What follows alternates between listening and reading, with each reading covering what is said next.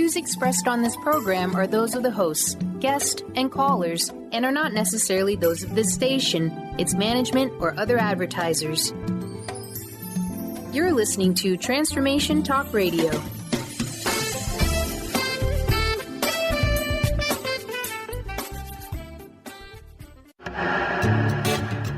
Get fired up for Spirit Fire Radio with your hosts, Dorothy, Riddle, and Steve Kramer. Get ready to shine the light on universal spiritual principles and uncover ways that ageless wisdom can guide you in cultivating consciousness in these modern times. Bring purpose to your life through practical spirituality and add to your awareness with Spirit Fire Radio. Now, here are your hosts, Dorothy, Riddle, and Steve Kramer.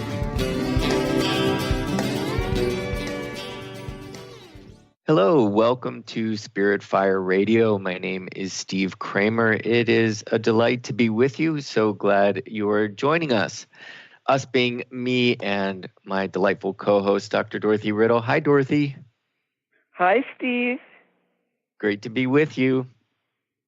Great to be back. Indeed. So we're back with a new theme. We are starting the second half of our season, and we're going to look at compassion for the month of August. We've got 3 weeks to explore compassion. What is it?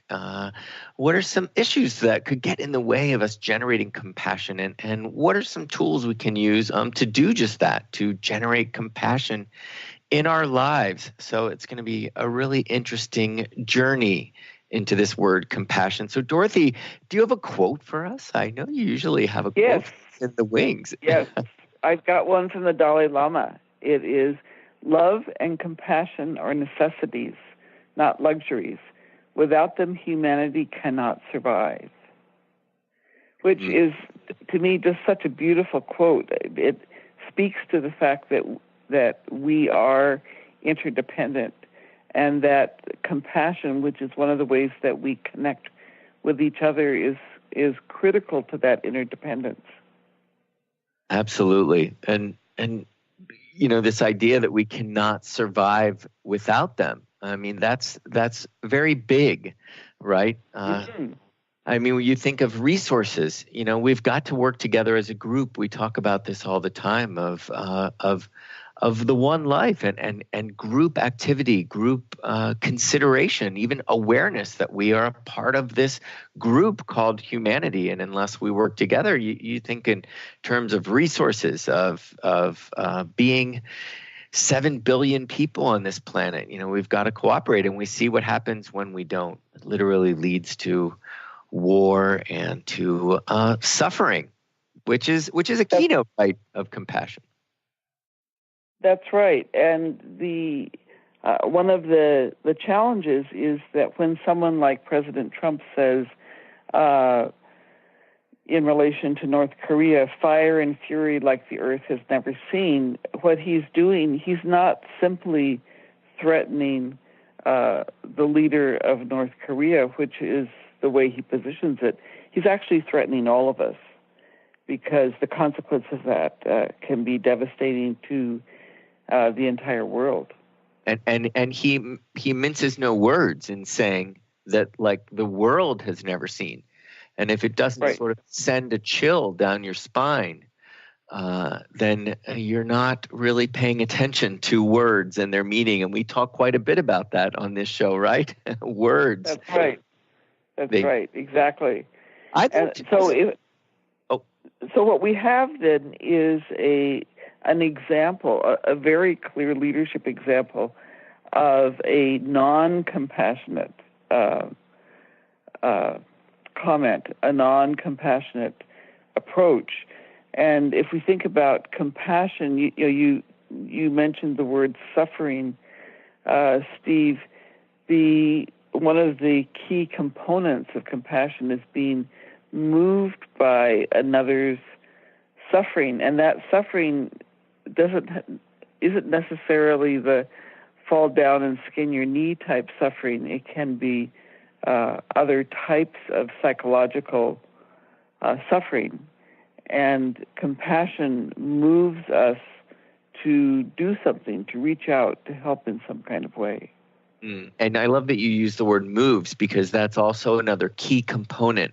We can sometimes get the word compassion and empathy, if not confused, we might interchange them. And so that you said it moves one to help. Empathy involves feeling or being able to understand, being able to feel what another is feeling. Whereas with with compassion, we're actually moved to respond to that. We're moved to help them. So, for instance, if I hear that a loved one passed away, most all of us have experienced a loved one passing away. I know what that feels like, so I can empathize with you, but I may not know how to respond or what you might need in this moment. And so I can still empathize, whereas compassion would be reaching out and joining you in that suffering, but also being moved to help. Well, and in a broader sense, I think, Steve, moved to do something about the situation. To me, listening to, there are some very poignant and difficult messages from what happened in Charlottesville. But one of them that I was particularly moved by was Heather's mother saying how painful it was to lose her daughter, but she has to make it mean something. She's moved to action by that. And part of the compassion that she expressed was to the mother of the suspect, the mother of the person who drove the car and killed her daughter. And she's saying, I lost my daughter. She lost her son in a very real way. And we have to make this mean something. We have to take action. Well, and speaking of action and compassion, what really stuck out with me and continues to through this sort of national dialogue was, again, the lack of compassion. In talking about North Korea, you said, that often our president does not express compassion or does not even seem to understand what that is on so many levels. And the fact that there could be a national tragedy, and I mean, as many are going as far as saying, and as it feels absolutely truthful to me, that this is an example of domestic, I just lost my word, of domestic terrorism. Goodness gracious. See, a blog. Or American terrorism, as Michael Moore was saying. Yeah, that this is a terrorist act, and that you would not feel the need to say the name of the victim, to reach out to their family, and to just not address it in a way that is that shows leadership and shows compassion. A leader is expected to have some understanding of these ideas of group and what it means to lead a group, what it means to offer right action and right speech and just simple caring and concern. So that and the other that stands out with the Charlottesville is there was an interview on CNN where they were interviewing one woman who was actually pushed out of the way by her fiance. Anybody who hasn't seen that, it's a really wonderful interview with Chris Cuomo, and her fiance, in a split second, was right in front of this car, and there's that photograph, which I'm sure will win the Pulitzer Prize, of him being thrown in the air. And a millisecond before that picture was taken, he pushed his fiance out of the way, and all three of them, they were with the young woman who died, and all three of them would have most likely perished as they were right in the way of that car. And he says, in a later interview, says, I just didn't think in a split second except to move this loved one out of the way. And if that isn't an act of compassion, I don't know what is. And to think that people would see this gentleman who happens to be African American, to see the color of his skin and judge him in that way before the heart and the selflessness and the compassion that this man possesses is just it's just sheer ignorance, and it's a shame because you're really missing out, right, on the beauty of connection and of life. Mm-hmm. Well, it's more than missing out, though. When when a positive action is called for and it doesn't take place, and this is, I think, part of the concern with how President Trump chose to position himself on the weekend. This is really harm by omission. When we talked about harmfulness, we talked about you can harm through commission, through doing something, but you can harm by not doing something when it's called for, not standing up and naming what's happening, not reaching out with compassion to the victims. That, to me, is harm. Absolutely. And I think we all felt that. Once again, in this last many months, have been moved to tears, and just great sorrow at what our country is experiencing. Yes, indeed. There was the young woman that was interviewed had a T-shirt that said, "If you're not outraged, you're not paying attention," which is similar to what you're saying about omission, but it's a choice to not pay attention, right? I mean, that's right.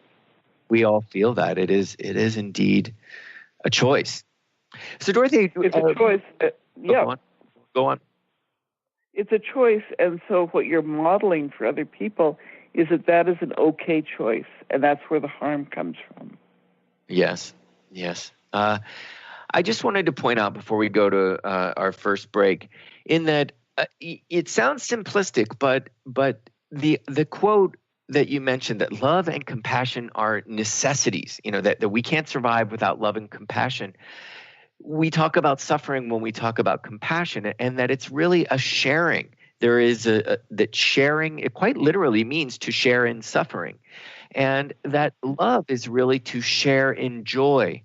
And so love and compassion being necessities, it is that we are really built to share the full range of human experience, and we are intended to be there for each other and with each other through joy and through suffering. And that is what brings love to the surface, that generates love, that generates compassion, and we have to possess that so that we can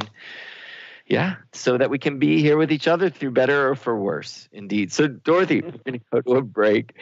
When we come back, we're going to talk about the importance of compassion. Why is it so important that we possess this wonderful quality? We'll be right back.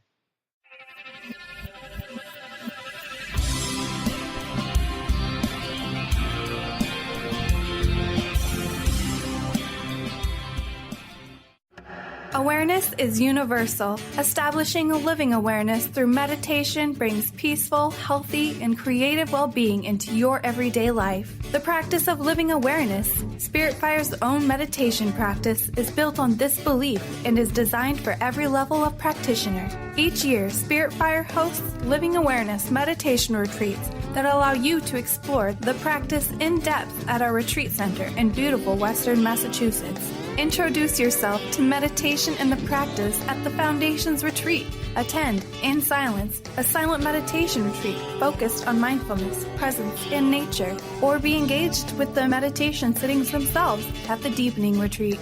Start adding to your awareness and attend a meditation retreat designed to cultivate consciousness in your everyday life. For details on attending a Living Awareness meditation retreat, visit upcoming events at www.spiritfire.com.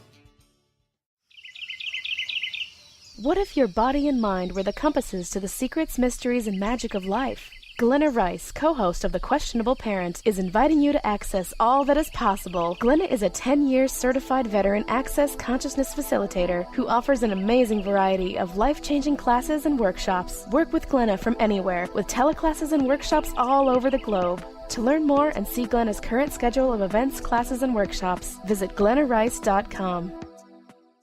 Do you want to heal your body and mind? Your body has a lot to tell you if you just learn to listen to your intuition. Audrey Michelle, host of Rewired Life Radio, can help you peel away the layers that are holding you back from living your best life. Tune in to Rewired Life Radio. Learn to love, heal, celebrate on Transformation Talk Radio every Wednesday at 12 p.m. Pacific, 3 p.m. Eastern. Connect with Audrey at audreymichelle.com. Calling all moms, it's time to awaken your vibrant, intuitive, loving self in every area of your life. Join host Debbie Pokornik as she shares thoughts, stories, and tools to help you stand in your power. Listen to Vibrant, Powerful Moms helping everyday women create extraordinary lives. Mondays at 2:30 Pacific, 5:30 Eastern. For more information about Debbie, visit empoweringenergy.com. That's empowering with letters NRG.com. Discover the healing medicine from the giant monkey tree frog Cambo. Cambo practitioner Ginny Rutherford and professional psychic Todd Rolson have come together for lively discussions of alternative healing medicines from the Amazon. Ginny and Todd bring you Cambo Talk Radio. Tune in each Monday at 1 p.m. Pacific to hear from guests all over the world with real life stories and the medicinal benefits of Cambo. For more information, visit cambokiss.com.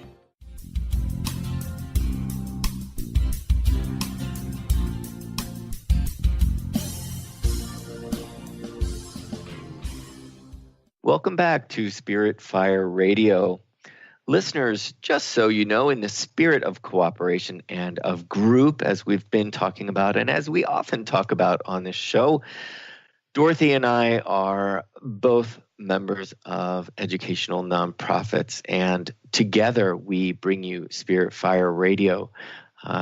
Spirit Fire is an organization that I am a leader and a member of, and we are an educational nonprofit focused on cultivating consciousness and educating people on the importance of spirituality in everyday life. We do that through our own meditation practice called the Practice of Living Awareness, and retreats at our retreat center, where I'm personally broadcasting from in Western Massachusetts. So you can find out more about us at spiritfire.com. And Dorothy? And I am with the School for Esoteric Studies, which is also an educational nonprofit. Our focus is on providing esoteric discipleship training for persons wishing to be of service in the world and wishing to deepen their spiritual discipline. We provide this through meditation, study, and service, and you can find out more about us at esotericstudies.net. That's esotericstudies.net. And Steve, before we move to the importance of compassion, I think there's just a couple of other pieces about compassion that are really critical for us to note. One of the aspects of compassion is, we talked about there being an action component to it, but another aspect is not expecting to be thanked or rewarded. In other words, you don't do this in order to look good in society, in order to get, all kinds of kudos and applause. It is a person-to-person relationship that is not intended for that kind of stage, so to speak. And it's one of the things that can be very important and difficult about being compassionate is relinquishing the desire to criticize, because we need to come, with an open heart and accept people where they are, and then think about ways to move on from there. We do have an innate compassionate instinct. This is some of the kind of classic commentary about humanity implies that we are basically competitive, which we're not. We can see this in all kinds of psychological studies that have been done, but we do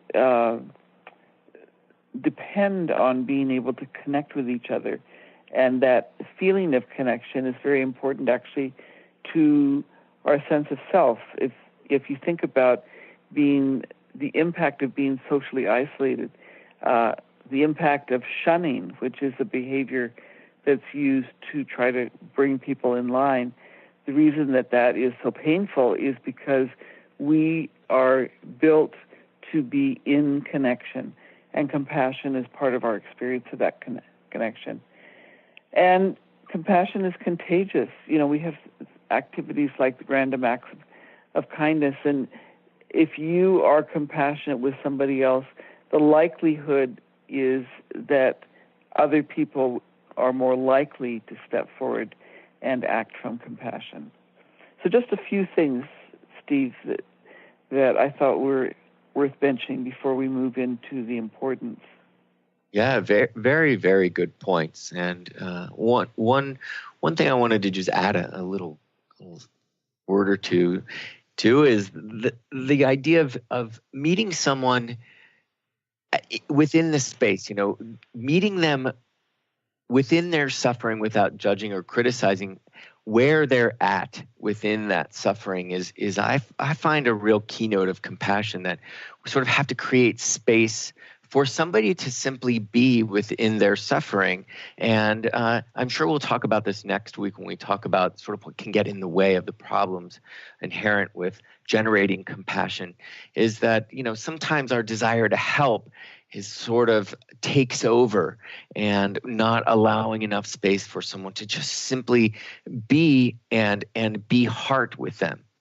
Be with them in the space of their suffering, and do that without judgment or pity.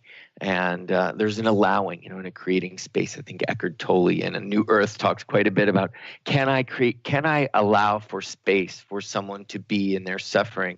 And that is a wonderful doorway in. And has, that also generates this with not having conditions, that I'll help you if, or just allowing someone space. Indeed. Wonderful points. Thanks, Dorothy. Mm-hmm. Well, Steve, when we talk about the importance of compassion, I think it's really critical to emphasize that the Darwinian theory that many go back to and say it's the survival of the fittest, actually what Darwin argued for was the survival of the kindest. He saw kindness, which is related to compassion, as being critical for human community. But what happened was that in the time that he existed, the social Darwinists argued for survival of the fittest in order to justify class and race superiority, which is interesting in terms of the dynamic that we experienced this past weekend with people who espouse a philosophy of white supremacy, white superiority. Yeah, we definitely are trying to evolve beyond that. It comes down in that case to competition again versus cooperation. The idea of survival of the fittest makes us think of competition, and survival of the kindest. He used the word sympathy quite a bit. I pulled up that quote from The Descent of Man. I find it very interesting. He says, in however complex a matter this feeling, and he's talking about sympathy, however complex a matter that this feeling originated, it is one of highest importance in all those animals which aid and defend one another, and it will have been increased through natural selection for those communities which included the greatest number of the most sympathetic members will flourish best. So basically he's saying, when those communities that have those that care and look out for each other, those communities will flourish.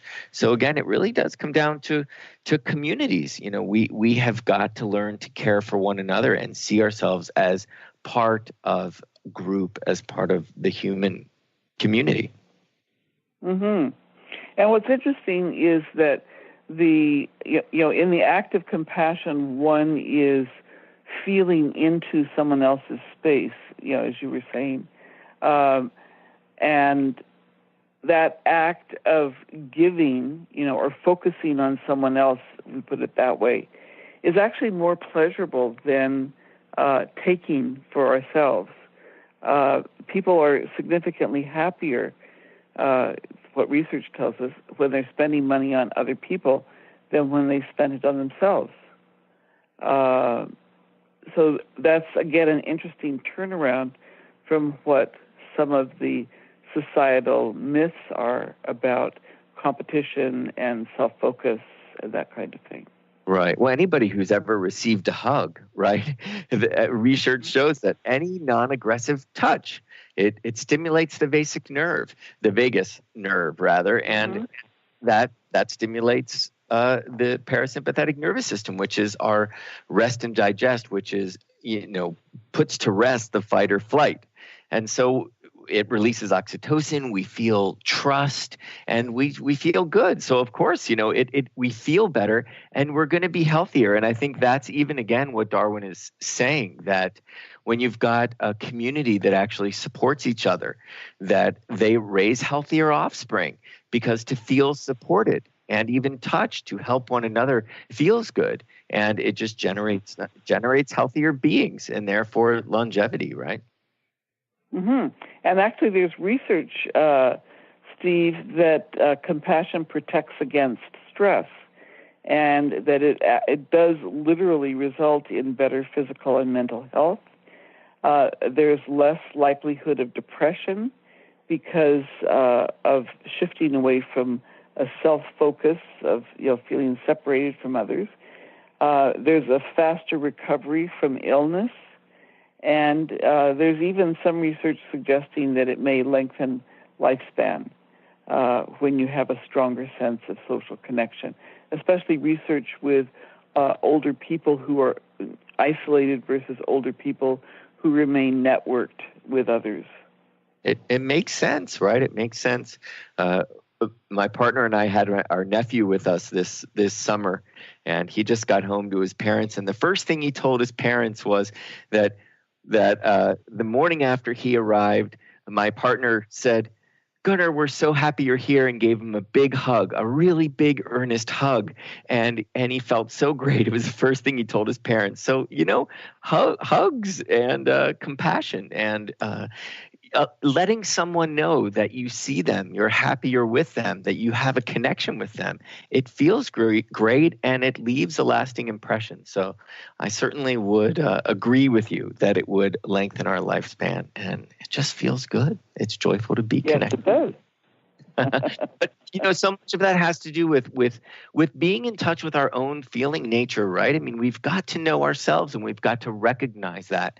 We've got to be soft and open and receive a hug and receive compassion. So we need to be in touch with ourselves. And so we're going to go to a break, and when we come back, let's talk a bit about ourselves, because it really starts first with us. We've got to have compassion with ourselves so we can experience that, know what it feels like, and then offer that to another. So we'll be right back.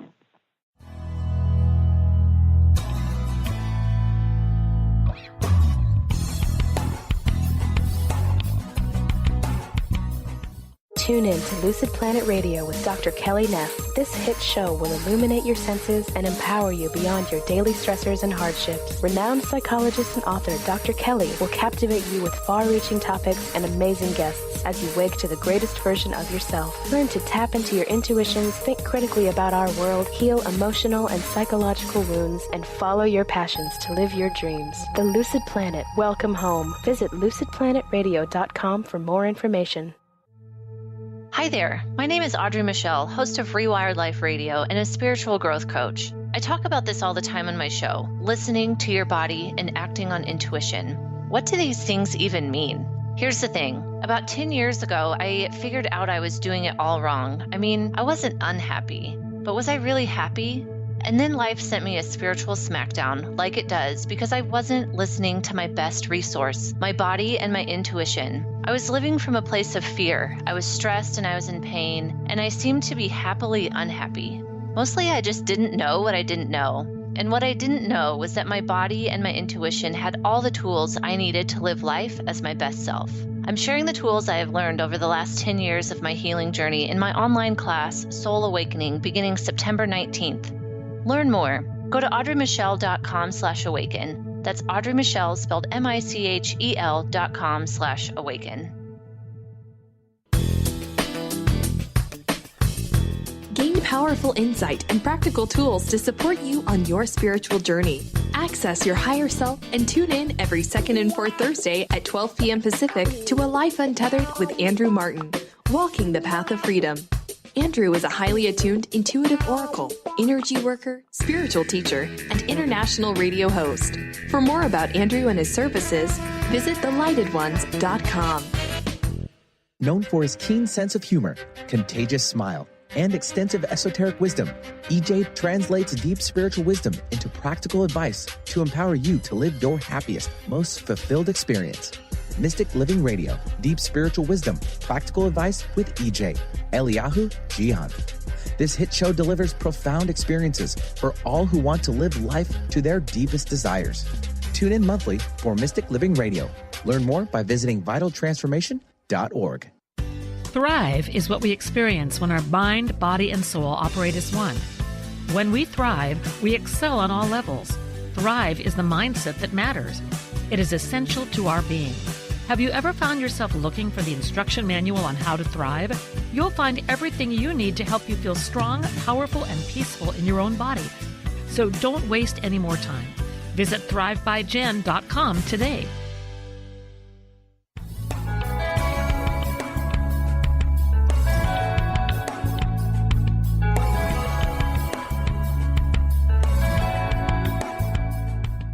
Welcome back to Spirit Fire Radio. I'm here with my co-host, Dr. Dorothy Riddle, and we have been talking about compassion. Dorothy, it's been a great conversation. I always love when we start these topics. You can tell, I can personally tell, that we've got so much ground to cover, and it's going to be an exciting several weeks. So next week, we're going to talk about what can get in the way. What are the problems with generating compassion? What to look out for, and how to sort of perhaps remove some of these blockages that keep us from generating that wonderful quality within ourselves. And then we're going to talk about tools, just give you some healthy pointers for generating compassion, some exercises and ways that we can bring that into our lives and share it with one another. But it starts with ourselves, huh, Dorothy?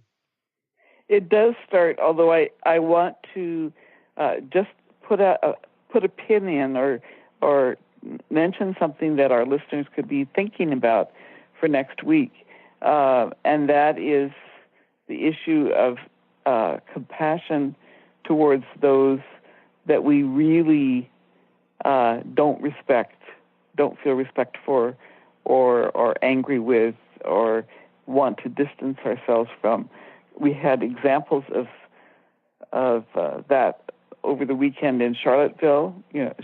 How do we feel about people that were on the other end of the political spectrum that was being expressed?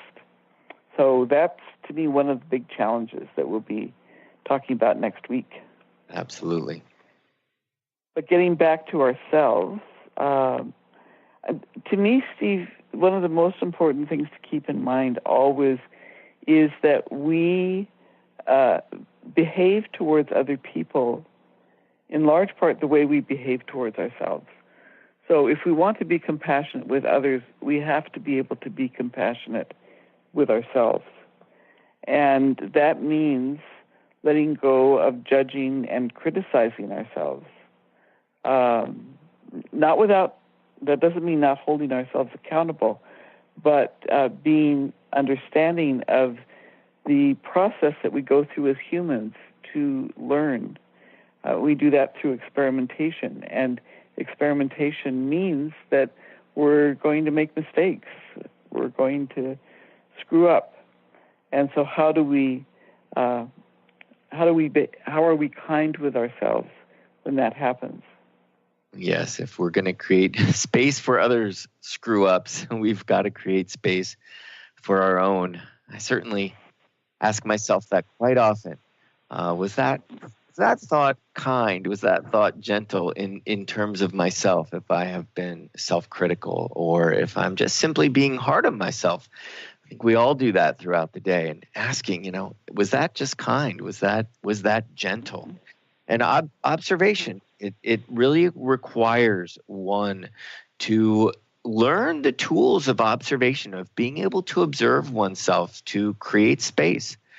Certainly, we both know and have exercised meditation that is one way to observe oneself and to be gentle and create that space. So, one recommendation certainly is to research meditation if you're not a meditator already, to look into it, because certainly getting to know ourselves is getting to know our thoughts, getting to know our mind, and that's can be a really helpful tool, rather. Right. And I would just hasten to add that we don't mean meditation as a technique to relax and feel good about yourself. We mean meditation in the sense of a mental discipline. Absolutely. Right? Absolutely. Yeah. And a getting to know one's mind. It is an educating of oneself about oneself, and therefore about others and about humanity itself. So really, yes, it is quite practical and a process, indeed, of learning about the mind.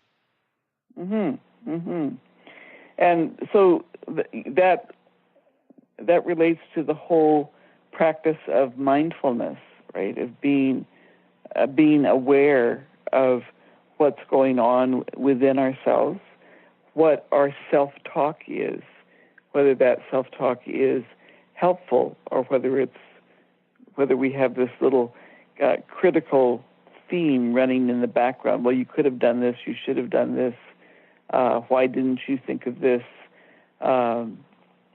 That's part of being compassionate, to me, with myself, is turning that off, or rather replacing that with interesting, what can we learn from this?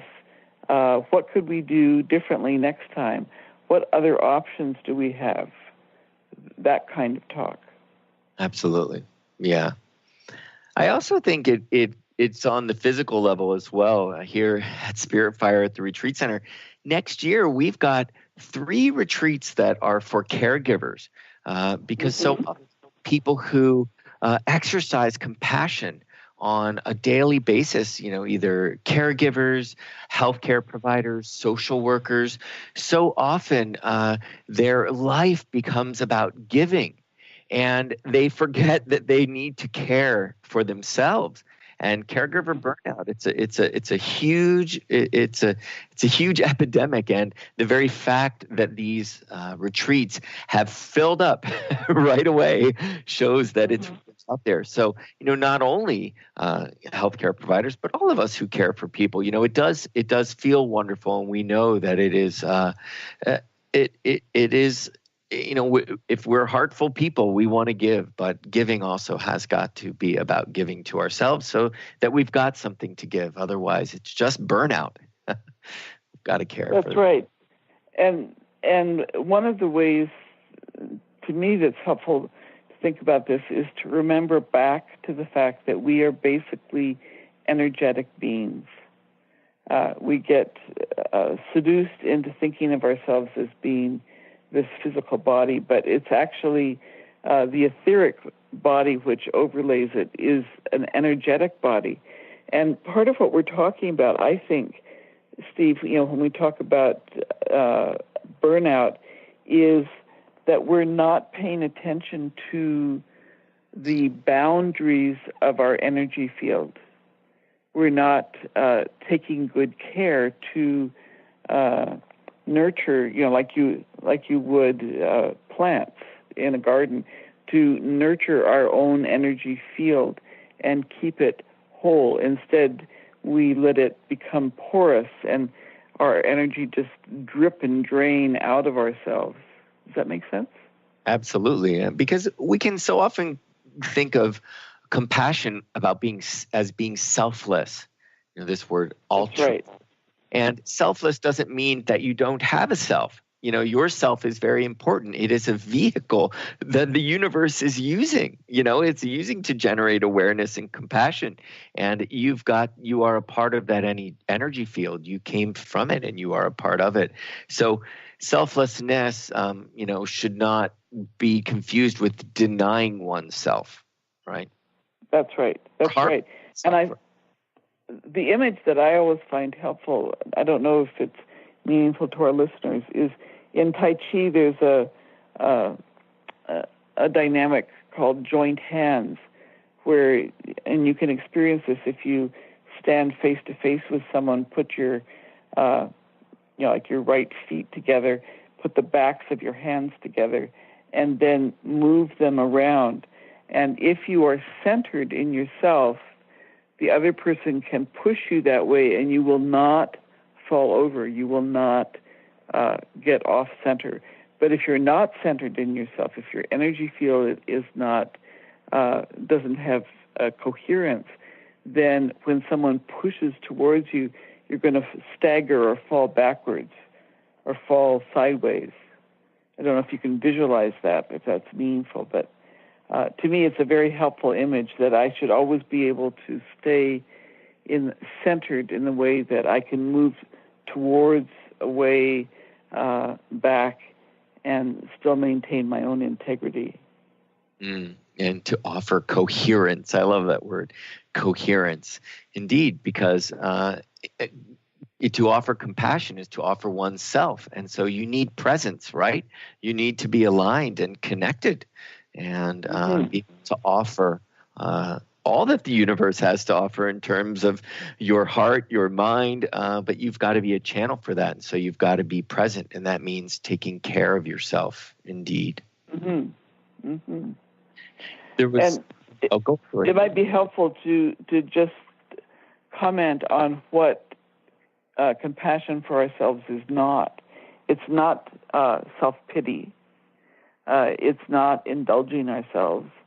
It's not feeling special. And that can be a bit tricky because we talk about self-esteem, but so often self-esteem is positioned as being better than other people, being special, as opposed to being, again, coherent in ourselves. Yes. And it makes me think of the last segment we were talking about offering without expecting something in return, and that idea of pity and indulgence. When we don't practice, this idea of not generating self-pity or self-indulgent, we also can have a tendency to mistake compassion for pitying another, or indulge them in their sorrow or indulging someone else in their suffering. And really the action component is about moving someone away from suffering.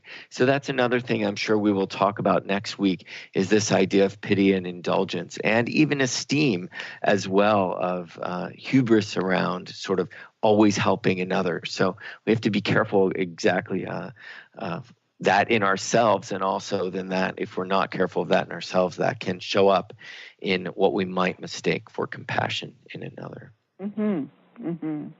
Dorothy, we're at another break. Listeners, we'll be right back. We're going to talk more about compassion, perhaps compassion and goodwill. We'll be right back.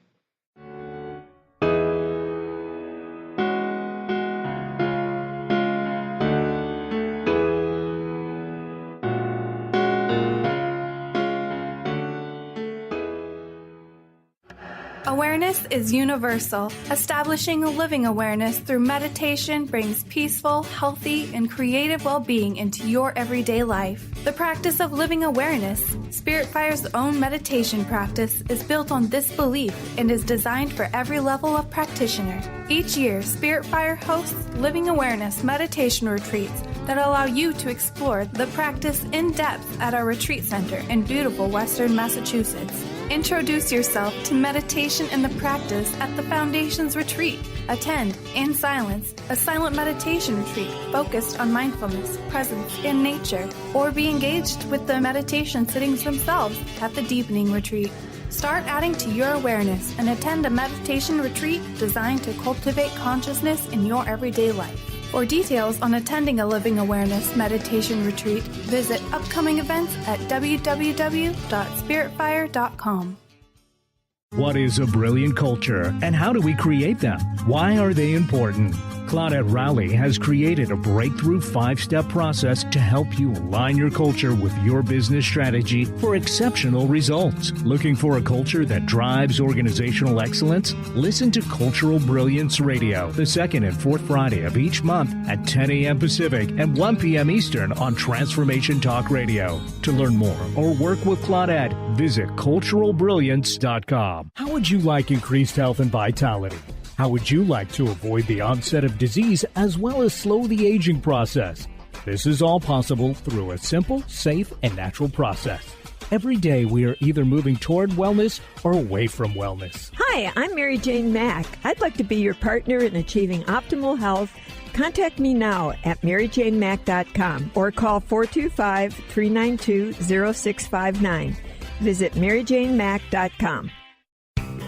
Now you can be a part of one of the most powerful programs to help create a more joyful, loving, abundant, and peaceful world. Every day at 12 noon in any time zone, join millions of other people around the world to spend a few minutes in joy, love, and gratitude. Brought to you by Robert Schoenfeld, host of the Art of Powerful Living Radio. Together, we can raise the vibration of the planet. For more information, visit globalmomentofjoy.com. Tune in to the Psychic Professors Show, The Voices of Spirit Radio, with international medium and spirit artist Dr. Susan Barnes on Transformation Talk Radio, featuring a variety of spiritual topics such as psychic art, spiritualism, EVP, psychic development, and mediumship. This hit call-in show provides listeners with breakthrough wisdom to enliven and enlighten their lives. Visit spiritartgallery.net. Tune in each Friday, 2 p.m. Pacific, 5 p.m. Eastern on Transformation Talk Radio.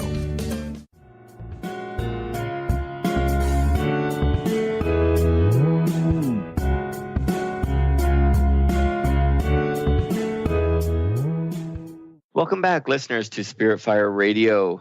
Dr. Dorothy Riddle and I are discussing compassion. We're going to continue that discussion for the rest of the month. We spent an entire month talking about goodwill, Dorothy, and I loved that whole month was really enlightening and really wonderful fodder for thought and action, right? I'm wondering if you could differentiate those two, goodwill and compassion. They're so related, but there are distinctions between them, yeah? Yep, there certainly are. And there are several ways that we can think about this, Steve. One is we can think about it in terms of compassion being more focused at the individual level. I mean, it may be for a group, but it's not an everybody, kind of generic feeling. It is focused on what's happening in a particular situation, while goodwill is focused on the common good, on moving us towards a space in which everyone feels respected, feels that they are able to operate with dignity. Another way of distinguishing them, I think, it's not that they're so different. It's like they're two faces of the same dynamic. In a certain way, compassion is reactive.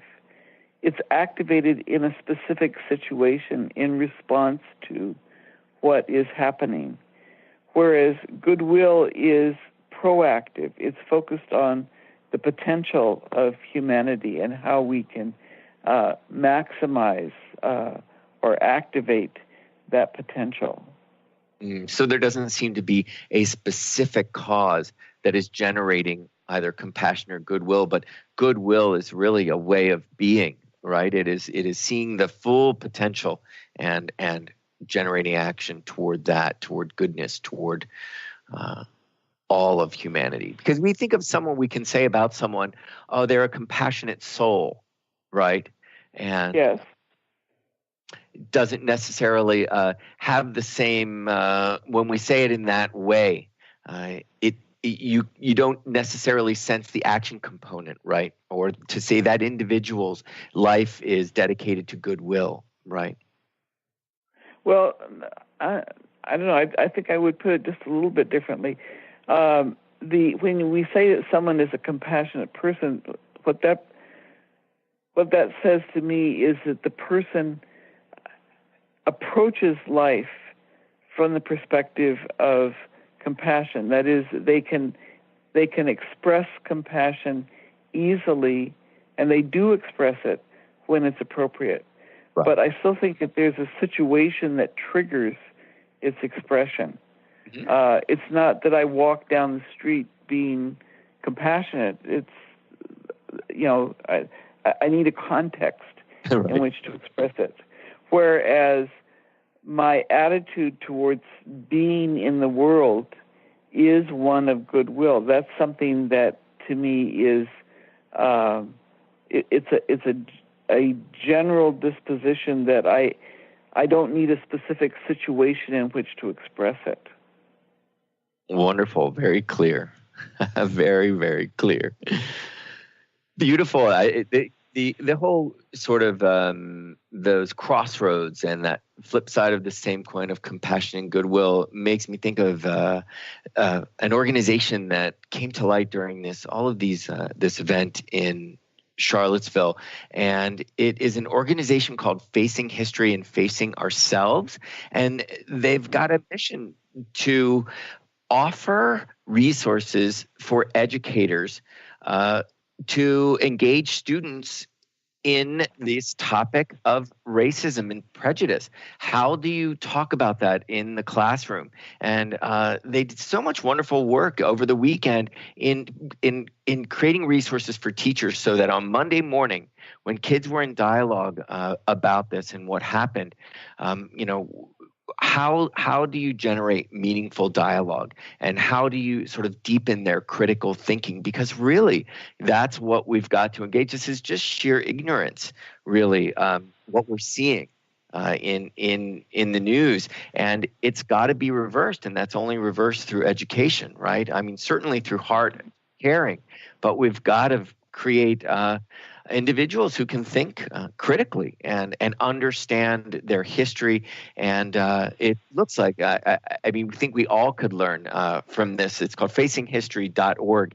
And their slogan is, people make choices, choices make history. So it's a fact, right, Dorothy? People make choices. Mm-hmm. Choices make history. So really educating students, educating teachers on ways that they can educate students on our history and how we came to be who we are today and what choices people make.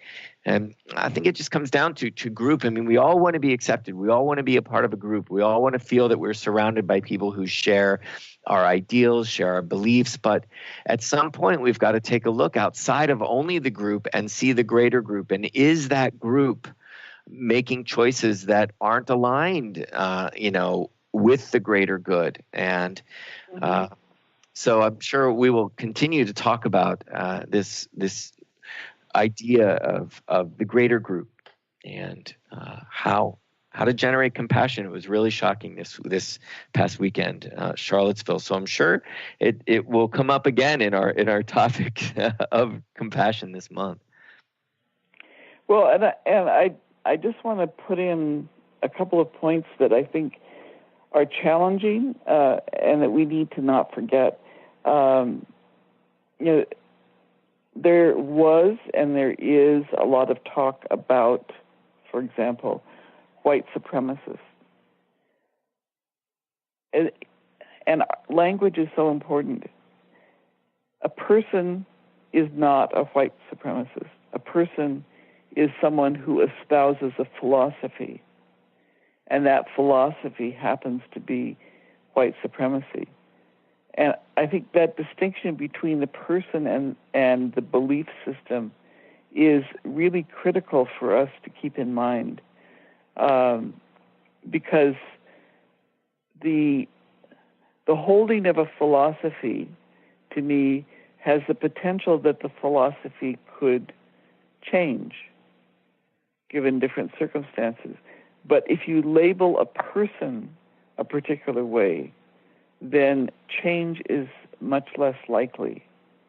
The potential for change is not apparent. Do you know what I mean? I do know what you mean. Absolutely. Absolutely. And one of the interesting news segments that I heard, and I have to say that this touched me personally, because I myself have stereotypes that I hold that I haven't bothered to check out. And what they were saying was that the people that were marching with the torches, oftentimes people assume that those are uneducated people, people who are from a certain socioeconomic class, lower socioeconomic class. And in fact, people marching with the torches could be accountants, lawyers, teachers, guidance counselors. There were interviews with some of them in terms of, what they did for a living. And so you had all different walks of life, all different educational levels represented. As a very diverse group, not the kind of stereotypic homogeneous group that we might think. And Right. That's important if we're going to relate compassionately to other people. Yes, so we've got to give them the space to choose otherwise than their actions that reflect certain belief systems. The young man who was thrown in the air that pushed his fiancée out of the way, they were sort of baiting him to say something negative about Donald Trump, and he said, I just don't have anything positive to say. So at this moment right now, I won't say anything at all. And in a sense, I saw it as compassion and as setting an example. Not that we don't need to call people out when they need to be called out, but certainly much to think.